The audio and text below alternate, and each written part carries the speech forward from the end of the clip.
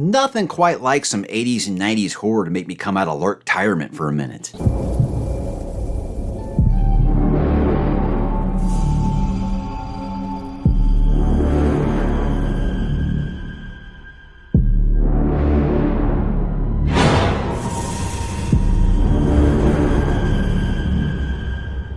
Hey, what's up, Couch Potatoes? Mike back today to talk a little 80s and 90s horror. And really, I just kind of want to give some props to the folks who make these CreatorVC. They make these documentaries called In Search of Darkness. And there's a trilogy here for the 80s and then one for 90 through 94. Now, look, I'm a big horror fan. I think this is nothing new to anybody who knows anything about me. If you ever watched the BookTube channel, you know I do love me some horror. But I love horror movies, obviously. Gen Xers, we think that the 80s was the best decade ever for horror. And I think that they kind of proved that since they put out 3 documentaries talking about 80s horror. And they're all like 5 hours apiece, so 15 hours worth of documentary about 80s horror.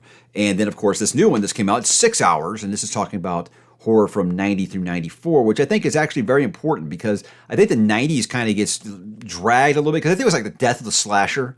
It's the death of the slasher, so everybody kind of felt like, oh, horror just kind of fell off between, you know, the late 80s all the way until Scream came out.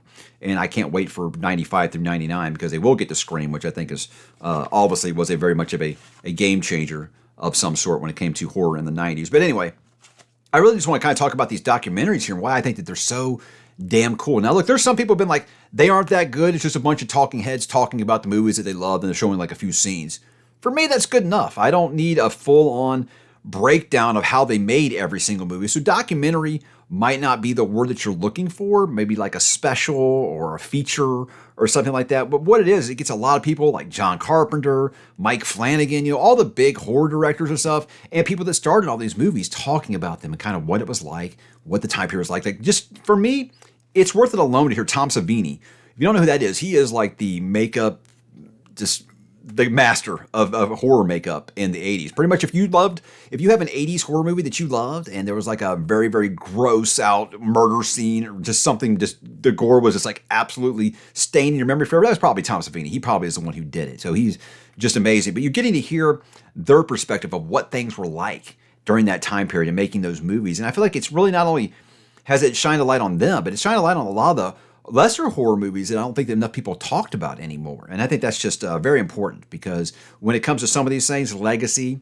is only going to be through word of mouth. And I think this has put a lot of newer people that are really getting into the genre has actually had them go back and find some of these horror movies. I think because of these documentaries getting so popular, I feel like a lot of these movies are getting reprinted. You know, there's some movies that were out of print and they're actually getting re-releases and things like that due to the popularity of these. Now, these you can only get the physical editions every once in a while because it was a Kickstarter project. They sell them digital like all the time, but you every once in a while they'll have like a flash sale where you can buy a bunch of them, and that's where I got this because I had bought the digital versions, and I was like, I like them enough that I want to get the physical one, so that's why I went ahead and picked them up. And they've also done In Search of Tomorrow, which is based off of sci-fi movies. It's also another 5-hour documentary.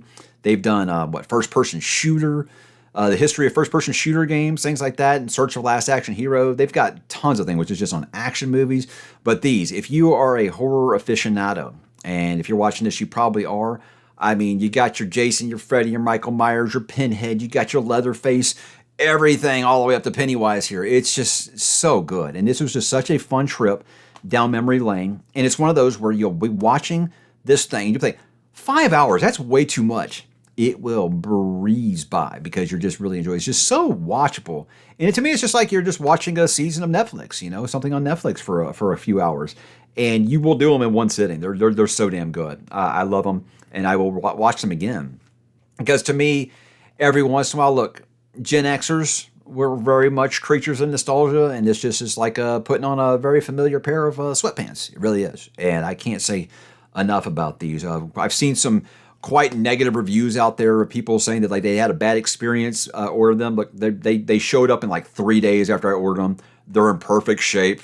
Everything plays great. I don't know really what people are looking for, but for me, it's been a great experience. This new one had like an hour-long conversation with the director of all these movies, and they're talking about what they're going to be doing for 95 through 99, and hopefully, it's not too late to get on the Kickstarter for that. I hope they do get that one up And you can actually get on board if you want, because now that I've got these, I'd like to make sure that I get 95 through 99 on physical. Because if you're like me and you like physical media, I think that's obviously something that you'd be very interested in. So I liked backing them the first time and helping them out there to get some of their funding. And like I said, I was happy with just the digital versions because I wasn't really sure how this was going to go.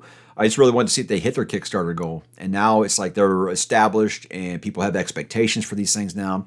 And they don't disappoint. They just keep getting better. Like I thought the third In Search of Darkness, probably too much. I don't know if we need a third documentary on just horror movies from the 80s. And I was like, damn, they probably could have done another one. So it's just such a deep and rich genre that I don't feel like gets enough respect, obviously. But yeah, I feel like it really did with these, and I can't recommend them enough. I just realized some people will probably want to see an unboxing of these, so I'm going to show you this. The 90 through 94 came with a really, really nice paper case for it. Really, really cool. Wraps all the way around. Now, it's a similar cover with In Search of Darkness and some of the people. There's Heather Langenkamp from Nightmare on Elm Street, you know, John Carpenter, Mike Flanagan. Just if you're into horror at all, you know who some of these people are. It comes with a really, really cool informative booklet. That makes me think of They're Here, right? But it talks about all kinds of stuff, how they went about making this, how they got it made, the watch list, all the movies that are involved in it. And I'll say the 90 through 94 had some stuff I had never even seen before, and all the backers for it. Really cool stuff, man. So they really put some care into these things. And with the In Search of Darkness, the original trilogy here, same thing. Now, obviously, have like there hasn't been very many printings of this on physical media, because at the time I think they were planning on just doing it digital only. But triple case still works. Like it when they show up not broken, but kind of the same artwork a little bit. A little bit about the CreatorVC there, but same deal. You got all the checklists, the watch list, if you want to watch everything they talk about in these, and for each one of the In Search of Darkness documentaries. Huge, huge, huge collection here. But yeah, this is just awesome stuff. Awesome stuff. And I can't wait to rewatch some of this. And you know what? I need to put this in 1, 2, and 3 and see if there's any extra material on there, because I just watched I was so excited to get 90 through 94, which we watched in one sitting. My wife isn't even really into horror, and she watched all these. It's just, I say that, but you guys know now, if you've watched the channel before, that I get her to watch a ton of horror movies every year. I tell her all the time, she's like, I'm not really a horror fan. I'm like, you've watched more horror movies than most people who like horror. So I think she's kind of a reluctant horror fan, but she is a horror fan in the end now. I do think it's because of people like Mike Flanagan, by the way. Like when she saw him, she was like, oh, I love him. So she loves Mike Flanagan movies, and who doesn't? He's the best. I don't really call it like a review or anything. I was just very excited about these, and I wanted to talk about them because it's really cool. I also got the Aliens Revisited. I think that's what it's called. I haven't watched it yet, but obviously Aliens is one of my favorite movies ever, James Cameron. I haven't watched it yet. I don't know about the length or anything about it, but I'm sure if it's the same quality as these, it's going to be a one-sit watch, and it's going to be awesome. That'll probably be a little bit more of the documentary style that some people are looking for, where you want to know every single thing that went into making that movie. I think that'll be something. I think they're doing one for The Thing, which is my favorite horror movie ever. So I would love to get my hands on that. But I really appreciate what they are doing at CreatorVC. And I hope some of you guys will check it out and give it a try. I think some of these are on Shudder. If you have the app Shudder, the streaming app, you can actually watch some of these. I'm not sure on that.